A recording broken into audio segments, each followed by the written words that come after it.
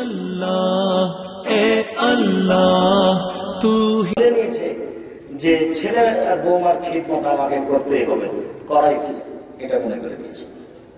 ছেলে তার কিছু বলতে পারে না। ছেলে যদি বলে কি ব্যাপার আম্মা আপনি কেন এখানে, তখন তো বৌমা পরের দিন রাগ। দুনিয়ার পরিস্থিতি খুব উল্টা। আসলে পুরুষ নির্যাতন নারী নির্যাতন নয়, খুব কঠিন। পুরুষ যে নির্যাতন নির্যাতিত স্ত্রীর কাছে, এটা ওই সময়তে যখন পুরুষ মায়ের সাথে মায়ের মতন আচরণ করতে যাবে, তখন মায়ের মতন তো আপনি আচরণ করতেই পারেন না, তো আপনি বুঝবেন কি যে আমার স্ত্রী আমার উপরে রাগ করবে কিনা।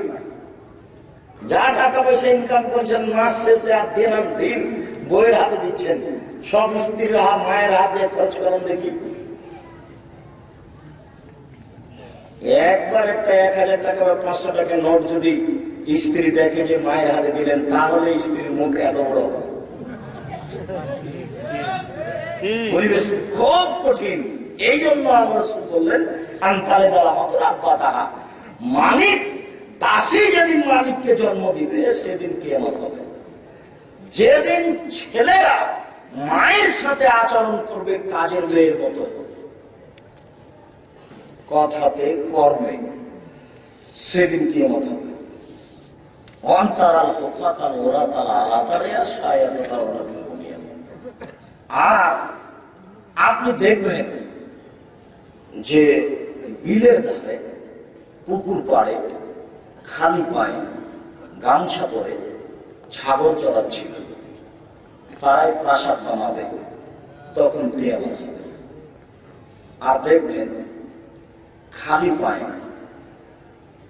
উলঙ্গ হয়ে ছাগল চড়াচ্ছিল যারা, তারাই প্রাসাদ বানাবে, তখন কিয়ামত হবে।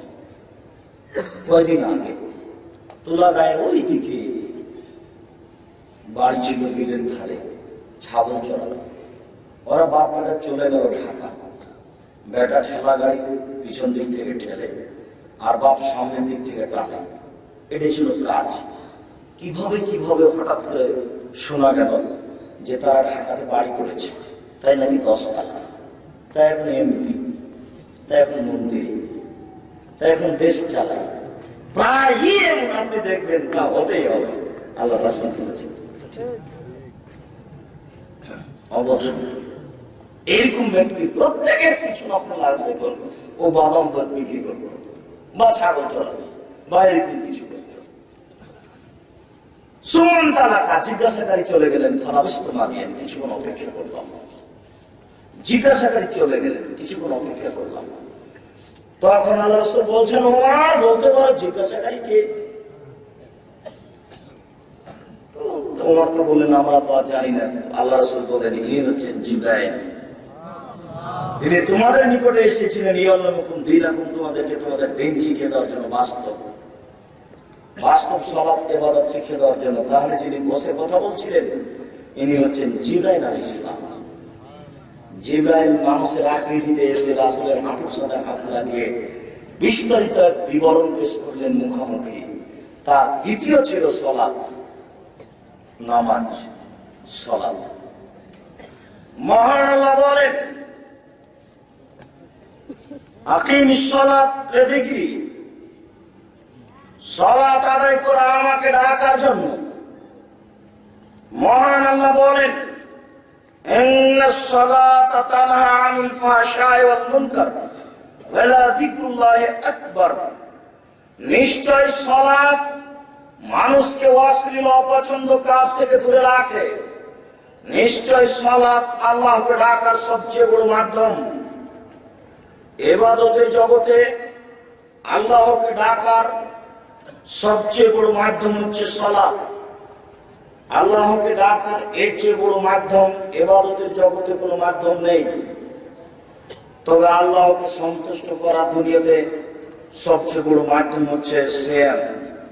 সিয়াম দিয়ে আল্লাহকে যত সন্তুষ্ট করা যায়, আর কোন ইবাদত দিয়ে আল্লাহকে তত সন্তুষ্ট করা যায় না।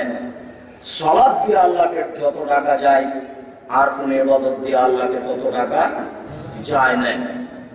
মহান আল্লাহ বলেন, হাফিজু আলাস সালাওয়াত ওয়াস সালাতিল উসতা, তোমরা 5 ওয়াক্ত সালাত ঠিক ভাবে আদায় করো, বিশেষ ভাবে আসরের সালাত।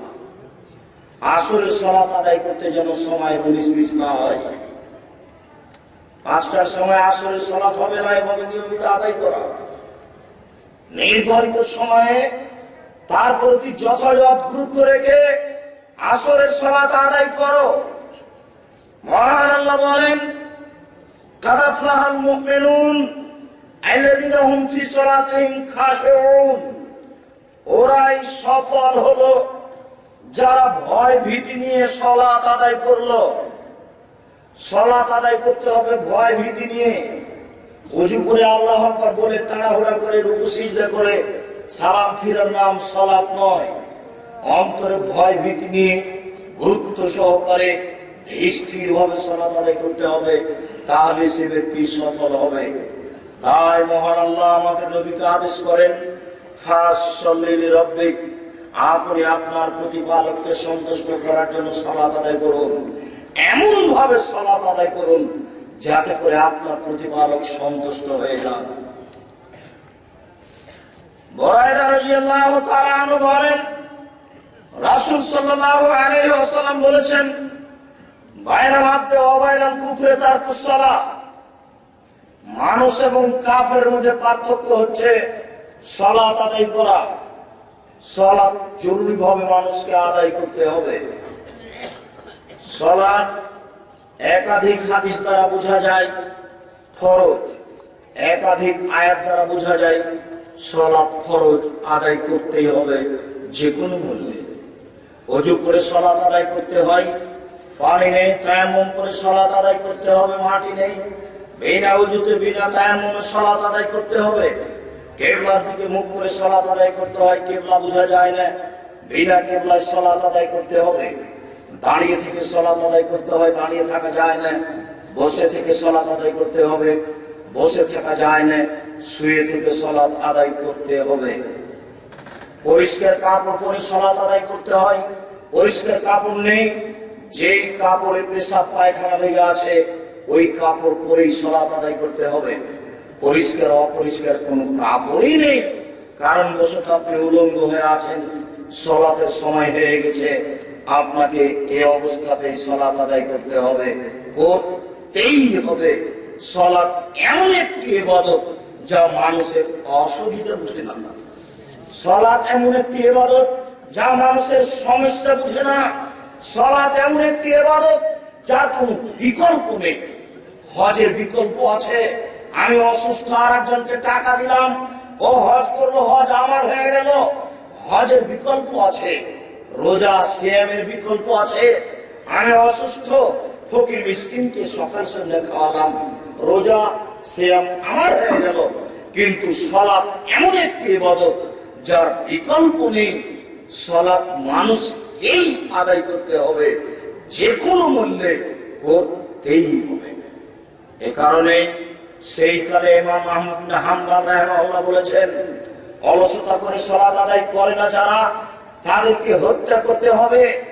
এ কারণে সেই কালে ইমাম আবু হানিফা রাহিমাহুল্লাহ বলেছেন, সালাত আদায় করে না এমন অলস ব্যক্তিকে জেলখানায় বন্দী করে পিটিয়ে সালাত আদায় করাতে হবে।